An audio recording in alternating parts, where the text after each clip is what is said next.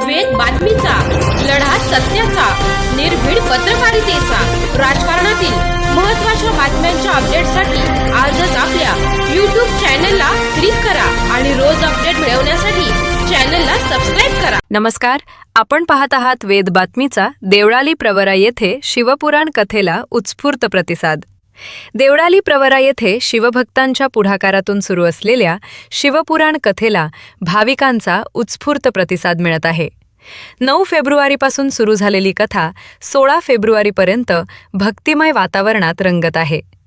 प्रख्यात कीर्तनकार हरिभक्तपरायण गोरखकाका चव्हाण यांच्या ओजस्वी निरूपणामुळे परिसरात आध्यात्मिक वातावरण निर्माण झाले आहे. कथा श्रवणासाठी भाविक उपस्थित राहत आहेत. मंडप व मंदिर परिसर आकर्षक रोषणाईने सजवण्यात आला आहे.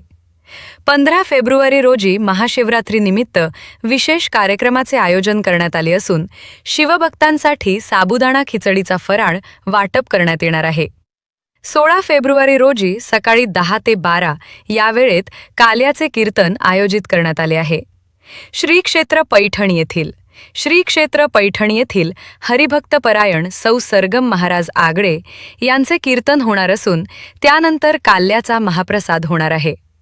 काल्याच्या प्रसादासाठी महिलांनी भाकरी आणाव्यात असे आवाहन आयोजन समितीच्या वतीने करण्यात आले आहे.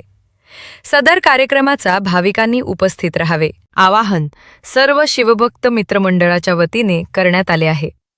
वेद बातमीसाठी राजेंद्र उंडे, देवळाली प्रवरा.